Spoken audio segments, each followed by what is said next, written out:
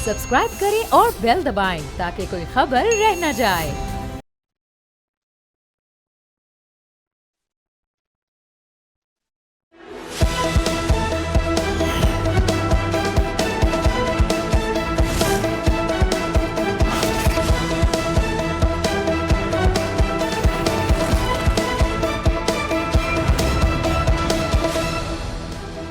अस्सलाम वालेकुम। प्रोग्राम में खुश आमदीद। मैं हूं अफसा कोमल। पहले बात कर लेते हैं पाकिस्तानी सियासत के हवाले से आज की टॉप स्टोरी के बारे में। वफाकी हुकूमत ने MQM पाकिस्तान और गवर्नर सिंध कामरान टेसोरी को आज एक बड़ा सरप्राइज़ दिया है। नून लीग ने अपने सीनियर रहनुमा निहाल हाशमी को गवर्नर सिंध तैनात करने का फैसला किया है और इसके लिए वज़ीर आज़म शहबाज शरीफ ने तकर्रुरी की बाकायदा समरी मंजूरी के लिए सदर पाकिस्तान को भी भिजवा दी है। आज वज़ीर आज़म ने निहाल हाशमी से मुलाकात भी की और उन्हें बतौर गवर्नर सिंध तैनाती पर मुबारकबाद दी। ये खबर सामने आने के बाद नाज़रीन MQM के तर्जुमान की तरफ से बड़ा सख्त रद्द-ए-अमल सामने आया और उन्होंने ये कहा कि उन्हें मीडिया के ज़रिए गवर्नर सिंध की तब्दीली का इल्म हुआ। इस फैसले पर उन्होंने कहा कि उनको हुकूमत की तरफ से एतमाद में नहीं लिया गया। MQM के सीनियर रहनुमा डॉक्टर फारूक सत्तार अलबत्ता इस फैसले के ऊपर मज़ीद सीखपा हैं और उन्होंने इसको हुकूमत का एकतरफ़ा फैसला भी करार दिया और अपनी जमात को हुकूमत से बतौर इत्तेहादी अलग हो जाने का मशवरा भी दिया है। इस तब्दीली की नाजरीन बड़ी वजह क्या है वो हमें यही नज़र आता है कि पीपल्स पार्टी की तरफ से गवर्नर सिंध कामरान टेसोरी पर काफ़ी अरसे से तहफ़्फ़ुज़ात थे और ये इल्ज़ामात थे कि वो हाउस को सियासी सरगर्मियों के लिए इस्तेमाल कर रहे हैं।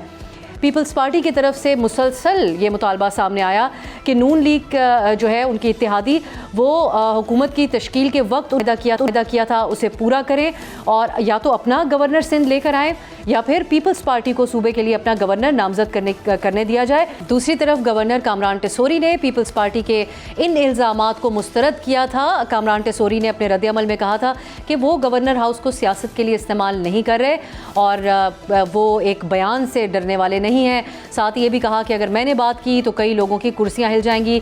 इस सब के बावजूद नून लीग और वज़ीर आज़म शहबाज शरीफ ने गवर्नर कामरान टेसोरी को हटाने का फैसला किया है। एक वजह यह भी नज़र आती है कि पीपल्स पार्टी को सख्त एतराज़ था MQM के उन बयानात पर जिसमें वो बार बार ये मुतालबा कर रहे थे कि कराची शहर के हालात को देखते हुए कराची को वफाक के हवाले कर देना चाहिए। लेकिन अब उसी MQM के गवर्नर को हटाकर हुकूमत ने क्या पैगाम दिया है अपनी इत्तेहादी MQM को? क्या हुकूमत का इत्तेहाद और आइंदा बजट में MQM की उसमें सपोर्ट ख़तरे में, बजट के हवाले से सपोर्ट जो है वो ख़तरे में पड़ रही है? आगे क्या होने जा रहा है इस पर हम बात करेंगे। पहले हम MQM का मौक़िफ़ हासिल करते हैं। MQM के सीनियर रहनुमा डॉक्टर फारूक सत्तार हमारे साथ मौजूद है। फारूक सत्तार साहब, बड़ा सख्त रद्द-ए-अमल है MQM का कि हुकूमत ने हमें वफाक ने इस मामले के ऊपर एतमाद में नहीं लिया गया। एक तो ये इतनी सरप्राइजिंग बात क्यों है MQM के लिए, क्योंकि वफाकी वज़रा तो ये बात कर रहे थे कि नून लीग का हक बनता है गवर्नर की कुर्सी पे। दूसरी बात, पीपल्स पार्टी के क्या आप समझते हैं कि प्रेशराइज़ किया उन्होंने हुकूमत को, या हुकूमत पहले से ही कायल थी कि गवर्नर को तब्दील किया जाए और नून लीग का गवर्नर लाया जाए? अब देखिए, मैं आपको असल वजह बताऊं कि ये जो कुछ भी हुआ है, इस हमारी क्या गुनाह है जिसकी पादाश में हमें ये सजा दी गई और एक अवामी गवर्नर को उनके मनसब से हटाया गया। हमारा जो गुनाह है ना वो ये कि हमने कराची के मुस्तकबिल की बात की, गोया कि हमने पाकिस्तान के मुस्तकबिल की बात की। हमने मुल्क में नए इंतजाम यूनिट सूबे बनाने की बात की।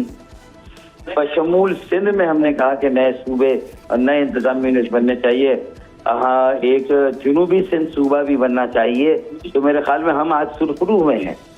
हमें अपने इस मुतालबे की, जायज़ मुतालबे और अपने हुकूक की बाजियाबी की बात करने की ये सजा दी जा रही है।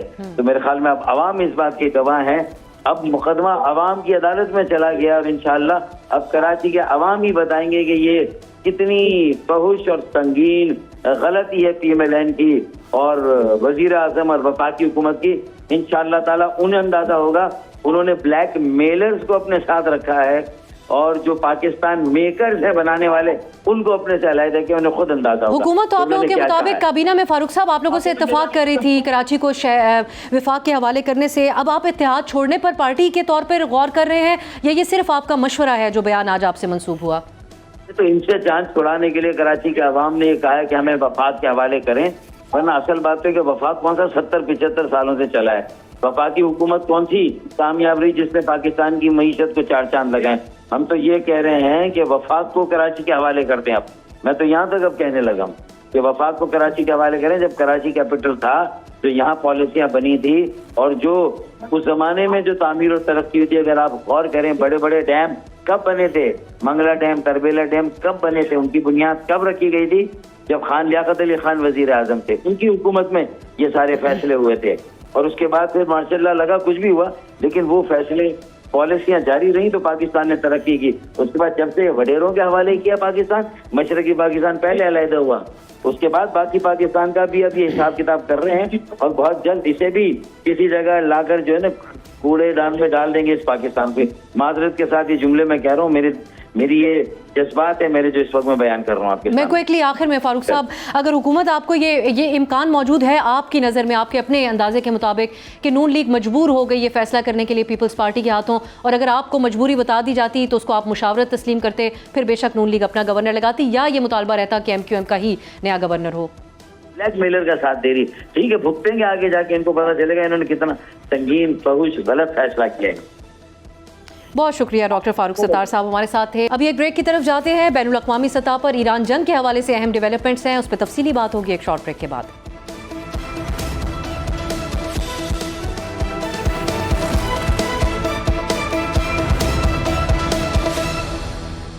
ब्रेक के बाद खुशामदीद। ईरान के नए सुप्रीम लीडर मुश्तबा खामनाई का उनकी तैनाती के बाद आज पहली बार ऑडियो पैगाम जारी किया गया है, जिसमें उन्होंने वाज़ेह ऐलान किया कि अगर मशरिक़ वुस्ता में अमरीकी अड्डे बंद ना हुए तो ईरानी हमले जारी रहेंगे, आबनाए हुर्मुज़ बंद रहेगी और शहदा के खून का बदला लिया जाएगा। इसी तनाजुर में नाजरीन, आज ईरान ने कुवैत, इराक, बहरीन और ओमान पर एक बार फिर से हमले किए, जिनमें अमरीकी अहदाफ समेत इन ममालिक के तेल के ज़खायर को भी निशाना बनाया गया।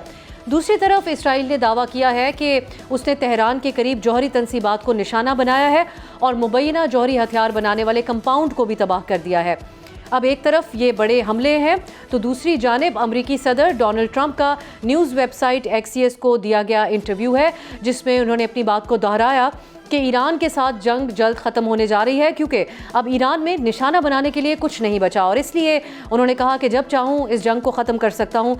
अमरीकी सदर के इस बयान पर रद्द-ए-अमल देते हुए तर्जुमान पासदाराने इनकलाब ने कहा है कि अब जंग जारी रखने या उसे ख़त्म करने का फ़ैसला अमरीका नहीं बल्कि ईरान करेगा।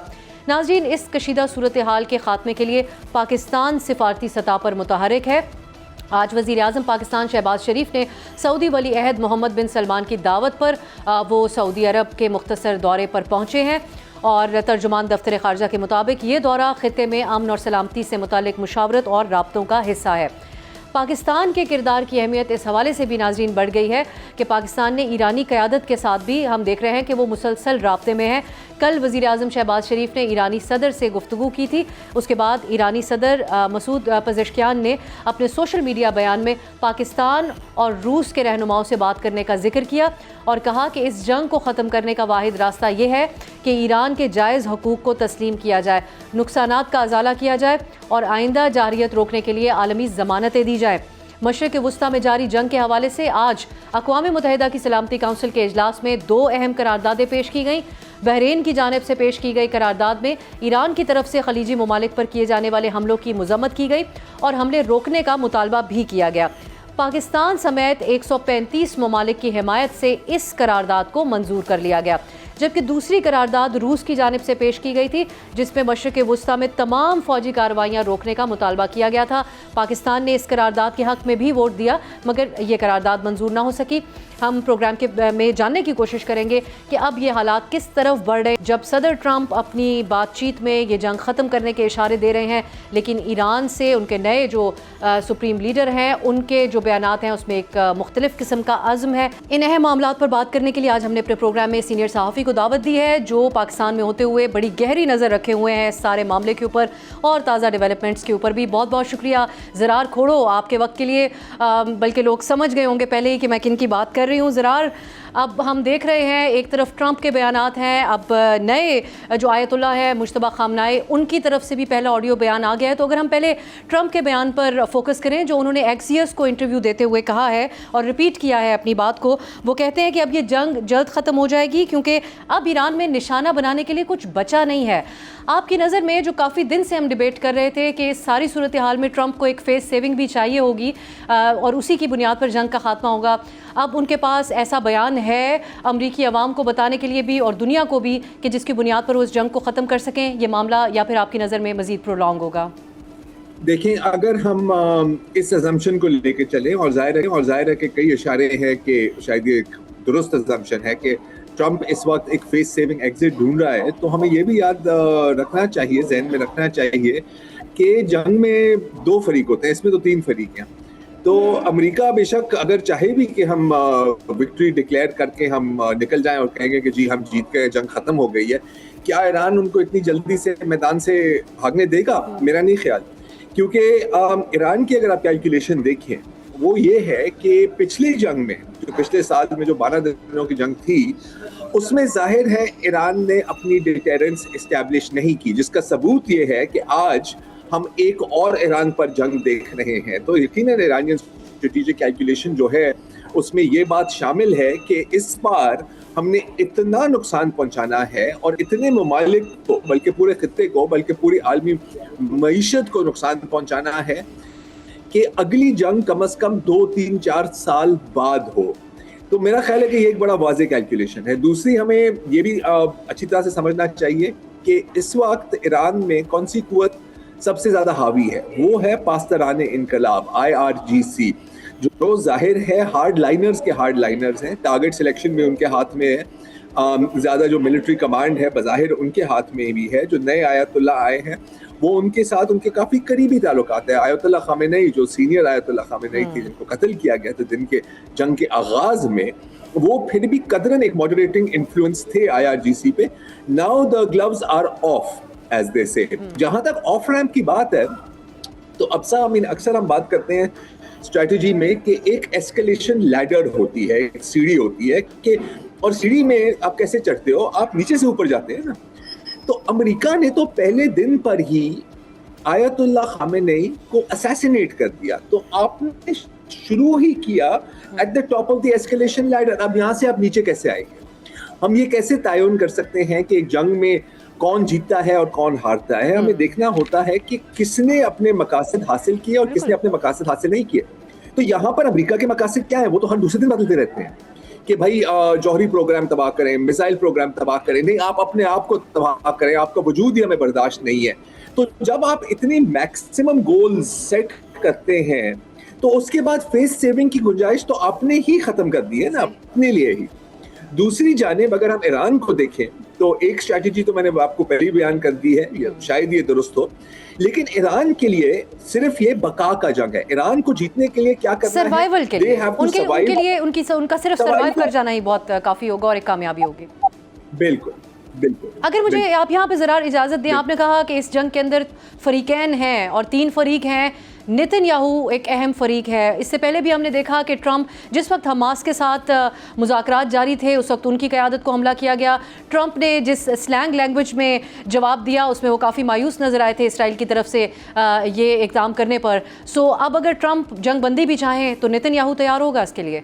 नहीं, मेरा नहीं ख्याल नेतन्याहू बिल्कुल नहीं, क्योंकि देखिए ये एक पहलू इस जंग का ये भी है कि दोनों अपनी सियासी करियर को कायम रखना चाहते हैं और चाहते हैं कि तारीख में हमारा जिक्र हो। मैं यहाँ पर नेतन्याहू की भी बात कर रहा हूँ और मैं ट्रंप की भी बात कर रहा हूँ। यकीनन नेतन्याहू ने जब ट्रंप को से बात की होगी, और आपको पता है कि ट्रंप को मनाना कोई मुश्किल काम नहीं है, आपने सिर्फ उसके ईगो को मसाज करना है।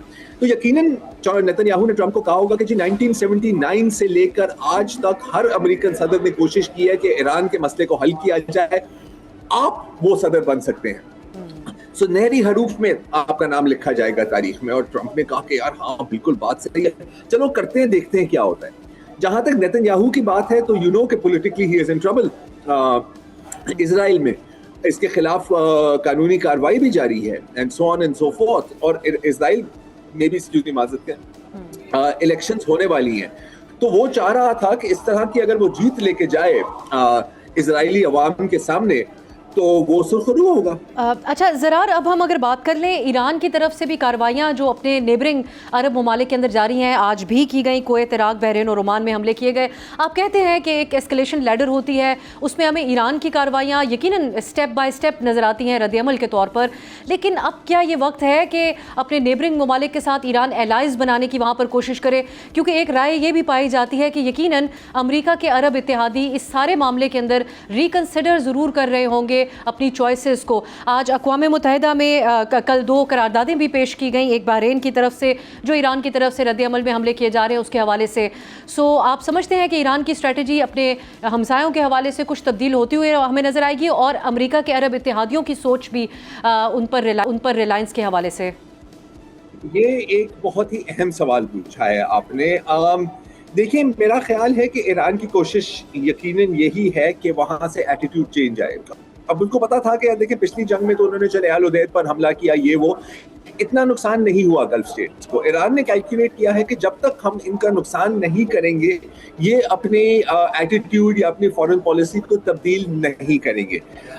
मेरा ख्याल है कि अब जाहिर है कि ये कुछ हद तक एक बात है, कबल वक्त है, क्योंकि हमें नहीं पता कि ये जंग कब खत्म होगी या कैसे खत्म होगी, किस हालत में होगी पूरे जो middle east after the war is over. लेकिन मेरा ख्याल है कि इसके बाद अगर ईरान बच जाता है, और बचने का मतलब है कि ईरान जीत जाता है, उसके जो हुकूमत है वो इंटैक्ट रहती है, तो आई थिंक जो बैलेंस ऑफ पावर है गल्फ में, इसमें आप कई शिफ्ट्स देखेंगे, सिर्फ एक नहीं। एक तो चीज जो मेरा ख्याल है कि ईरान ने एक्सपोज कर दी है इन हमलों से, कि जो अमेरिकी फौजी अड्डे हैं खलीजी रियासतों में, वो उन रियासतों को प्रोटेक्ट करने के लिए नहीं है, बल्कि शायद वो रियासतें इसलिए हैं ताकि वो अमेरिकन बेसिस को प्रोटेक्ट कर सके। कम से कम अमेरिका में तो ये सोच यकीनन पाई जाती है। आप देख लें कि लिंडजी ग्रेहम और इस तरह के लोगों के मुंह से क्या बयानात आ रहे हैं। तो आई थिंक कि जो अमेरिकन सिक्योरिटी गारंटी का जो एक मिराज था, जो एक इल्यूजन था, वो अब नहीं रहा। तो मुस्तकबिल में आई थिंक ये हम काफ़ी सेफली कह सकते हैं कि बिल्कुल इंडिविजुअल स्टेट्स और कलेक्टिवली भी अपनी सिक्योरिटी रिलेशंस को रिव्यू करेंगे। आर्म्स सेल्स के लिए तो बोनांजा होगा। यहाँ पर मेरा ख्याल है कि एक लिहाज से पाकिस्तान के लिए एक मुमकिन अपॉर्चुनिटी भी यहाँ पर सामने हमें नज़र आती है, क्योंकि आपने देखा है कि जो पाक भारत जंग थी उसके बाद Pakistani defence technology and Pakistani military know how काफ़ी डिमांड में है। सऊदी के साथ तो एक डिफेंस पैक्ट हुआ है, तुर्की के साथ भी अलायंसेस बन रही हैं। एक और चीज़ जो हमें नज़र आई है कि अमेरिकन जो मिलिट्री टेक्नोलॉजी है वो जाहिर है बहुत हाई एंड है, वो इस तरह की जंग के लिए डिजाइन भी नहीं है ना, वो तो रूस और चीन के साथ जंग लड़ने के लिए डिजाइन था। अब अगर आपका एक थर्ड इंटरसेप्टर $15 मिलियन का है और आप उसको इस्तेमाल कर रहे हैं $20,000 के ड्रोन को तबाह करने के लिए, तो फिर तो ये कुछ यूं है ना कि आप एक सुराब मोटरसाइकिल को रोकने के लिए उसके अंदर अपनी फरारी टकरा दें। It doesn't make sense in terms of cost. So I think going forward एक तो पाकिस्तानी मिलिट्री एक्सपर्टीज की इनको जरूरत होगी। जी बिल्कुल, और उठने चाहिए। देखिए आपने तो हाई एंड सिस्टम्स बनाए हैं ना, यहाँ पर सस्ता काम हो रहा है, and this is the future of war. और मेरा ख्याल है कि ना सिर्फ पूरे गल्फ की जो सिक्योरिटी मैप है वो रीशेप होगा, मेरा ख्याल है कि जो जंग का जो कॉन्सेप्ट है वो रीशेप होगा। क्योंकि आप एक चीज पर जरा गौर करें, ईरान के पास कोई एयरफोर्स नहीं है, नेवी भी ना होने के बराबर है, ग्राउंड आर्मीज का तो ये जंग ही नहीं है। इस सारे और 50 साल के सैंक्शंस के बावजूद उन्होंने एक ड्रोन फोर्स और एक मिसाइल फोर्स इस लेवल की बनाई है कि दुनिया के बेस्ट एयर डिफेंस सिस्टम्स और मिसाइल डिफेंस सिस्टम्स उसको नहीं रोक पा रहे। What does this mean? It means कि the nature of war has changed entirely. तो अगले 6, 5, 10 सालों में हमने बहुत तब्दीलियां देखनी है इस खित्ते में और बल्कि पूरी दुनिया में। अब इसका जो फाइनल शेप होगा, जाहिर है कि इस वक्त हमारे लिए कहना ये नामुमकिन है। पाकिस्तान की इसमें जो पोजीशन है, ज़रा अब आखिर में इस पे बात कर लेते हैं। हम प्राइम मिनिस्टर शहबाज शरीफ सऊदी अरब के दौरे पर पहुंचे हैं। हम ये देख रहे हैं कि प्राइम मिनिस्टर की, और आई एम रेफरिंग टू जो स्टेटमेंट्स उनके सोशल मीडिया पे जारी किए जाते हैं, उन्होंने बैलेंस करने की इस अंदाज में पाकिस्तान ने कोशिश की है कि वही प्राइम मिनिस्टर का स्टेटमेंट होता है कि I spoke to my brothers in Saudi Arabia, then उनका दूसरा स्टेटमेंट होता है कि I spoke to my brothers in Iran. और ब्लूमबर्ग ने इसको कहा कि पाकिस्तान जो है वो एग शेल्स के ऊपर उनकी फॉरेन पॉलिसी इस मामले के ऊपर चल रही है। अब कंसिडरिंग पाकिस्तान का सऊदी अरब के साथ डिफेंस मुआहदा, आप समझते हैं कि ये एक चैलेंजिंग पोजीशन में भी जा सकता है पाकिस्तान, या इसी तरीके से बैलेंस करता हुआ आगे बढ़ सकता है? ये पॉलिसी को आप कैसे देखते हैं? देखिए, अब तक तो आई हैव टू से कि I am in support of this policy. मेरा ख्याल है कि अब तक हमने जो बैलेंसिंग एक्ट की है, आप उसको वॉकिंग ऑन एगशेल्स कहें, मैं तो कहूँगा एगशेल्स नहीं है, ये कोयले हैं, जलते हुए कोयले जिनके ऊपर हम चल रहे हैं, और वो भी नंगे पैर। तो I think so far we have done an excellent job. देखिए, पाकिस्तान इस जंग के हक में नहीं है और कभी नहीं था, ना ही हम इस जंग में डायरेक्टली हमने शिरकत करने की अभी कोई फैसला लिया है। और ये भी आई नो, और हम सब जानते हैं कि प्रेशर आप पर बहुत था from a lot of places, ठीक है। तो अब तक तो आई थिंक कि जो हमारी बैलेंसिंग एक्ट चल रही है वो कायम है। अब अगेन, अगर हमारे कोर इत्तेहादी, और कोर हमारा इत्तेहादी यहाँ पर है सऊदी अरब, जैसे आपने भी जिक्र किया, हमारा उनके साथ डिफेंस पैक्ट है, अगर उस पर मजीद हमले होते हैं और वो डायरेक्टली ईरान को अक्यूज करते हैं, क्योंकि इस वक्त ये भी एक एम्बिग्विटी है कि असल में सऊदी अरब में जो हमले हो रहे हैं वो कर कौन रहा है, वो किसके इंटरेस्ट में है, राइट। ज्यादातर हमले हुए हैं यूएई पर, और जाहिर है कि यूएई भी हमारी एक we have friendly relations with the UAE, लेकिन वो हमारे स्ट्रेटेजिक एलाइज या स्ट्रेटेजिक पार्टनर्स नहीं है। तो उससे हमें कोई शायद मतलब हमें अफसोस है, जाहिर है, लेकिन इतना हमें कोई फर्क नहीं पड़ता कि आप अपने रवैये में कोई बहुत बड़ी तब्दीली लाए या आप खुलकर ईरान का सामना करें, ऐसी कोई बात नहीं है। Saudi Arab is another story entirely. आपको ये भी याद होगा कि आई थिंक अर्ली 2000s में जब सऊदी अरब ने हमारे से रिक्वेस्ट की थी कि जी आप अपनी फौज यमन भेजें, तो यहाँ पर हमने पार्लियामेंट को दे दिया, पार्लियामेंट ने कहा नहीं। उसके बाद सऊदी पाकिस्तान रिलेशंस कभी रिकवर नहीं हुए। इस वक्त अगर और I don't see this scenario happening, लेकिन अगर सऊदी ने हमारे से एक बाकायदा रिक्वेस्ट की तो I think we will have to listen to them. लेकिन इसका ये मतलब नहीं है कि हम कोई इस जंग का हिस्सा बनने जा रहे हैं। ज्यादा से ज्यादा मुझे लग रहा है कि सऊदी रिक्वेस्ट करेगी कि जी आप कुछ वहां पर अपने स्क्वाड्रन्स डिप्लॉय करें, आप कुछ एयर डिफेंसेस वहां पर डिप्लॉय करें, आप कुछ हमें मिलिट्री नो हाउ वगैरह इस तरह का एक्सचेंज हो, which I think is reasonable। इस सारे मामले के ऊपर जितनी आई थिंक अभी तक बात हो सकती थी हमने करने की कोशिश की, लेकिन ऑब्वियसली वक्त महदूद होता है। हमारे पास एक खबर है इस्लामाबाद हाई कोर्ट से, इमरान खान को अस्पताल मुंतकिल करने के हवाले से जो दरख्वास्त थी वो मुस्तरद की गई। अदालती कार्रवाई का क्या अहवाल है, हमारे साथ बोल के कोर्ट रिपोर्टर होंगे एक शॉर्ट ब्रेक के बाद।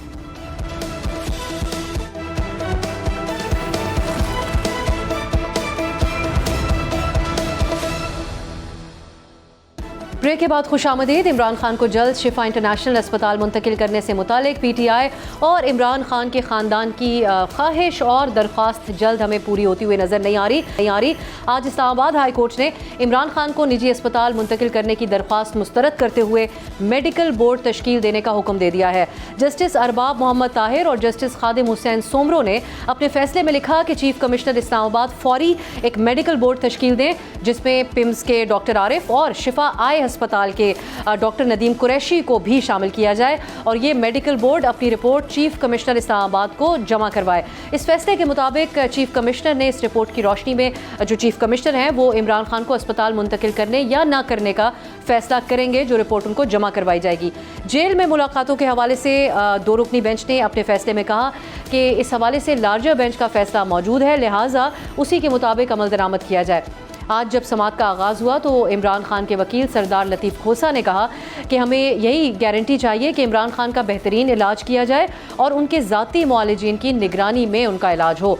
अदालत ने एडवोकेट जनरल से इस्तफसार किया कि क्या अगर इमरान खान की बहन को इलाज के हवाले से बता दिया जाए तो क्या इससे कोई बदअमनी की सूरत हाल पैदा हो जाएगी। इस पर जवाब देते हुए कहा गया कि बिल्कुल, अगर उनको आगाह किया गया तो बदअमनी की सूरत हाल पैदा हो सकती है और इमरान खान फिर किसी भी अस्पताल में दाखिल नहीं हो सकेंगे। तफसीली दलाइल के बाद अदालत की तरफ से फैसला जारी किया गया और इस फैसले के बाद पीटीआई के सूबाई सदर ने पार्टी को ये मशवरा दिया है कि अब हमें इस फैसले के तनाजुर में अदालतों का ही बॉयकॉट कर देना चाहिए। आज की अदालती कार्रवाई क्या रही, इस पर बात करेंगे। इस्लामाबाद स्टूडियो में हमारे साथ मौजूद हैं बोल के कोर्ट रिपोर्टर। बहुत शुक्रिया आलिजा आपके वक्त के लिए। पहले तो बताइएगा कि किस किस्म के दलाइल थे आज इमरान खान की कानूनी टीम की तरफ से, क्या हुकूमती मौक़िफ़ सामने आया और क्या वजह है कि केस जिस हद तक टीवी पर प्रेजेंट किया जाता रहा उनको अस्पताल मुंतकिल करने का, वो क्या वैसे ही आज अदालत में भी सामने रखा गया? बहुत शुक्रिया। आज जो समाअत है वो 12:09 पे शुरू हुई और 2:38 पर यह फ़ैसला आया। 2 घंटे 30 मिनट की ये समाअत थी और मैं पहले ज़रा अदालत का माहौल आपके नाज़रीन को बता दूं कि खचाखच भरा हुआ था, तिल धरने की जगह नहीं थी, क्योंकि पाकिस्तान तहरीक इंसाफ के जो अरकान कौमी असम्बली और सेनेट हैं उनके ऊपर काफ़ी दबाव होता है कि वो जो भी समाअत हो वहाँ पर पहुँचे और हाज़िरी लगाएँ अलीमा खान साहिबा के हवाले से, क्योंकि अगर वो नाम लेते हैं तो फिर सोशल मीडिया पर उनकी ट्रोलिंग शुरू हो जाती है। तो खचाखच भरा हुआ था, वकला की कसीर तादाद थी, चेयरमैन PTI बैरिस्टर गौहर थे, सलमान अकरम राजा थे, बैरिस्टर सलमान सफदर भी मौजूद थे। और जब आज समाअत का आगाज़ हुआ है तो लतीफ़ खोसा साहब रोस्टरम पर पहुँचे हैं और उनके जानिब से जेल रूल्स अदालत को पढ़कर सुनाया गया। अदालत ने उनसे रूल्स के हवाले से ही मामला बताने का कहा था। तो उनका ये कहना था कि जेल रूल्स के मुताबिक जो कैदी है अगर वो बीमार होता है तो सुप्रिटेंडेंट अडयाला जेल की या किसी भी सुप्रिटेंडेंट की जिम्मेदारी है कि उनकी फैमिली को बर वक्त आगाह करे। ठीक है। उसके बाद उन्होंने अमेकस की राय जो बैरिस्टर सलमान सफदर हैं उनकी रिपोर्ट अदालत के सामने पढ़कर सुनाई और उसमें जो इमरान खान साहब की सेहत के हवाले से उन्होंने बताया कि उनकी जो आंख है उसका शदीद मसला है और अक्टूबर से यह मसला था। 4 माह सुप्रिटेंडेंट अडयाला जेल की जानिब से इस मामले को लटकाया गया, क्रिमिनल नेग्लिजेंस की गई। उनका ये कहना था कि इमरान खान साहब की आंख के साथ खेला गया और इस हवाले से जो भी जिम्मेदारान हैं उनको कटहरे में लाना चाहिए। साबिक वज़ीर आज़म हैं और उनको जो एक और साबिक वज़ीर आज़म थे जिनको 50 रुपए के स्टाम्प पेपर में भेजा गया था उस तरह का नवाज शरीफ साहब का भी जिक्र आया, नवाज शरीफ साहब का हवाला दिया गया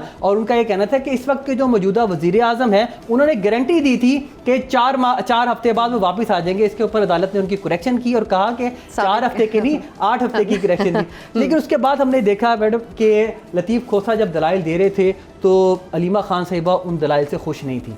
वो अदालत में पीछे बैठी हुई थी, हमारे पीछे बैठी हुई थी। तो उन्होंने कहा ये क्या बात हो रही है। वो उठी है एकदम और रोस्टरम की जानिब और ये इन्हीं दलाइल के ऊपर उन्होंने कहा जो भी आप जिक्र कर रहे हैं, दलाइल दे रहे थे। वो शायद जो वो बताना चाह रहे थे जेल रूल्स का हवाला दिया सुप्रिटेंडेंट के हवाले से जो कि साबिक सुप्रिटेंडेंट है अडयाला जेल के, वो भी बताया। अमायकस की राय की रिपोर्ट और इसी मौके पे अलीमा साहिबा ने कहा कि क्या बात, वो उठी हैं और बैरिस्टर सलमान सफदर ने उनको रोकने की कोशिश की है। और इसी पे मैं आपको थोड़ा पीछे ले जाऊंगा। कल जब डॉक्टर उज़मा की दरख्वास्त पर समाअत हुई है वो भी इमरान खान साहब को अस्पताल मुंतकली के हवाले से थी। वहाँ पर बैरिस्टर उज़ैर भंडारी अदालत के रूबरू पेश हुए और उस केस में PTI इंटेंशनली लड़ना नहीं चाहती थी। वो चाहती थी कि डेट मिल जाए ताकि जो आज का केस है इसको फाइट किया जाए। तो उन्होंने कहा कि सर एतराज़ात आयद किए गए ऑफिस की तरफ से, आप डेट दे दें, हफ्ते का वक्त दे दें, हम उनको दूर कर देंगे। तो अलीमा खान साहिबा पीछे बैठी हुई थी और उनके आगे सलमान राजा बैठे हुए थे। उन्होंने कहा ये मजाक चल रहा है, तुम मेरे भाई की आंख के साथ खेल रहे हो। लिटरली वो तब भी उठ के जाने लगी थी, तब भी उनको सलमान अकरम राजा ने रोका और फिर वो गुस्से में बाहर निकली है। उज़ैर भंडारी को साथ लिया और कहा कि मेरे भाई की आंख के साथ सारे मजाक कर रहे हैं, खेल रहे हैं। आज भी वही रवैया हमें देखने में मिला और यहाँ तक कि बार बार उनकी जानिब से अदालती कार्रवाई के अंदर आप कह लें कि रुकावट का बाइस बन रही थी। और फिर ये हुआ कि उन्होंने अदालत से माजरत भी की। उन्होंने कहा कि मेरा रोज़ा है तो मुझे रोज़ा लगा हुआ है। फिर जब एडवोकेट जनरल ने दलाइल शुरू किए हैं तब भी अलीमा खान साहिबा ने उनको रोका और कहा कि झूठ बोल रही हैं। फिर जो जज साहब थे जस्टिस खादिम सुमरो, उन्होंने सलमान अकरम राजा से दरख्वास्त की कि आप इनको खामोश रहने की तलकीन करें। अलीमा खान साहिबा के दलाइल देने से पहले मैं ये समझता हूँ कि डॉक्टर बाबर अवान और सरदार लतीफ़ खोसा ये पॉइंट साबित करने में कामयाब हो गए थे कि जो बोर्ड तश्कील दिया गया है वो हुकूमती बोर्ड है। और यहाँ तक कि जस्टिस खादिम सुमरो ने ये रिमार्क्स भी दे दिए थे कि one side of the story आ रहा है। अगर प्रेस रिलीज आ रही है पिम्स की और अगर जेल सुप्रिटेंडेंट की चीज़ें सामने आ रही हैं तो one side of the story है, इसकी क्रॉस वेरिफिकेशन कैसे होगी। हमारे पास इसके अलावा मेडिकल बोर्ड की कोई रिपोर्ट भी सामने नहीं है। लेकिन जब अलीमा खान साहिबा आगे आई हैं और उसके बाद पिम्स अस्पताल जब इमरान खान साहब को लाया गया था, चेयरमैन पाकिस्तान तहरीक इंसाफ बैरिस्टर गौहर और अल्लामा राजा नासिर अब्बास जाफरी साहब को पिम्स अस्पताल ले जाया गया था। जिन डॉक्टर्स ने इमरान खान साहब का मुआयना किया था उनसे मुलाकात करवाई गई थी। वो सारा मामला, वो टेलीफोनिक कन्वर्सेशन अलीमा खान साहबा ने उसमें भी इन्वॉल्व हुई, वो भी रिवील की। और उस दौरान उन्होंने अदालत के सामने ये बताया कि हुकूमत की जानिब से हमें एक डॉक्टर नॉमिनेट करने का कहा गया था और डॉक्टर नदीम कुरैशी का नाम हमने दिया था। इसके ऊपर अदालत ने कहा कि अगर आपने डॉक्टर नदीम कुरैशी का नाम दिया था तो फिर आपको उनके ऊपर अदम एतमाद क्यों है। तो उसके ऊपर अलीमा खान साहिबा का ये कहना था कि देखें ये तो ज़ोरे बाजू प्रेशर देकर कोई भी रिपोर्ट लिखवा सकते हैं, जब तक इमरान खान साहब के ज़ाती मुआलजिन डॉक्टर फैसल सुल्तान और डॉक्टर आसिम यूसुफ उनको एक्सेस नहीं दी जाती, हमें मुलाकात की इजाज़त नहीं दी जाती और अलशिफा हॉस्पिटल मुंतकिल नहीं किया जाता। ये 3 उनकी दरख्वास्तें थी जो तीनों की तीनों मुस्तरद हुई। फिर डॉक्टर बाबर रवान साहब ने इंटरवीन किया, उन्होंने कुरान पाक की आयत का हवाला दिया और कहा कि जो उस आयत का तर्जुमा पढ़ के कि कैदी के हकूक़ हैं, अल्लाह ताला कहते हैं कि कैदी के साथ ऐसे तरीके से पेश आया जाए। ये कैदी के साथ सलूक कर रहे हैं कि ना खान से फैमिली मिल सकती है, ना वुगला मिल सकते हैं, ना पार्टी रहनुमा मिल सकते हैं। फिर डॉक्टर बाबर रवान ने भी मियां नवाज शरीफ के केस का हवाला दिया और उन्होंने कहा कि वो साबिक वज़ीर आज़म थे तो ये भी साबिक वज़ीर आज़म है, तो डिस्क्रिमिनेशन नहीं होनी चाहिए। और उन्होंने तो एक मुतालबा भी कर दिया कि इमरान खान साहब की सेहत के हवाले से उन्हीं से पूछ लिया जाए। ये वाहिद कैदी हैं कि ये तमाम अदालतें चल कर इनके पास जाती हैं जेल के अंदर, तो आप उनको यहाँ पर बुला लें और उनसे आप पूछ लें उनकी क्या कंडीशन और है। अदालत इस बात पे कायल नजर आई कि अदालत मैं आपको बताऊं, अदालत 2 घंटे 30 मिनट की प्रोसीडिंग थी ना, 2 घंटे तक मैं ये कह सकता हूँ कि वो पाकिस्तान तहरीक इंसाफ के वकुला की बातों की तईद कर रहे थे। और यहाँ तक जो मैंने डॉक्टर बाबर रवान की आपने तस्करा किया, उन्होंने कहा कि ये कुरान पाक भी कहता है और जेल मैनुअल भी कहता है, टर्निंग पॉइंट क्या आईन और कानून भी कहता है। कार्रवाई का टर्निंग पॉइंट जब फैसला महफूज हुआ है, फैसला महफूज हुआ है। और मैं आपको बताऊं इंटरेस्टिंगली आपके नाज़रीन के लिए, जब फैसला महफूज हुआ, जो कमरा अदालत में जो गुफ्तो शुनीद हो रही थी, पीटीआई वालों के चेहरे पे मुस्कुराहट थी, ताजगी थी। बैरिस्टर गौहर और सलमान राजा से हमने गुफ्तगू की, उन्होंने कहा कि आज कुछ ना कुछ मिलेगा, यहाँ से आज कुछ ना कुछ मिलेगा। लेकिन जब 15 मिनट का टाइम दिया था, आए वो 29 मिनट बाद जब आए हैं, उन्होंने फैसला लिखवाना शुरू किया और फिर फैसला उन्होंने दिया कि 2 रुकनी नया बोर्ड तश्कील दिया जाएगा और उसमें उनकी ख्वाहिशात के बिल्कुल एक्सपेक्टेशन के बरअक्स फैसला आया। और प्रीडोमिनेंट राय ये है कि शायद अलीमा खान साहिबा ने जो दलाइल दिए उसके बाइस उनका फैसला वो नहीं आ सका जो ये एक्सपेक्ट कर रहे थे। बहुत शुक्रिया आलिजा आपके कीमती वक्त के लिए। नाज़रीन, जैसा थे अलीमा खान जो MNA वकला है PTI के, जिनको टिकट्स दिए गए थे, उन पे तो ऑन द रिकॉर्ड तनकीद कर चुकी हैं, लेकिन आज अदालत में उन्होंने ये केस प्रेजेंट करने वाले वकला के ऊपर भी अदम एतमाद का इजहार कर दिया। देखते हैं आज के इस फैसले के बाद PTI अदालतों के हवाले से ज़्यादा पुरुमीद रहती है या फिर वो मज़ीद मायूस हो जाते हैं, जैसा कि उनके सूबाई सदर कह रहे हैं। आज के लिए इजाज़त दीजिए, खुदा हाफिज़।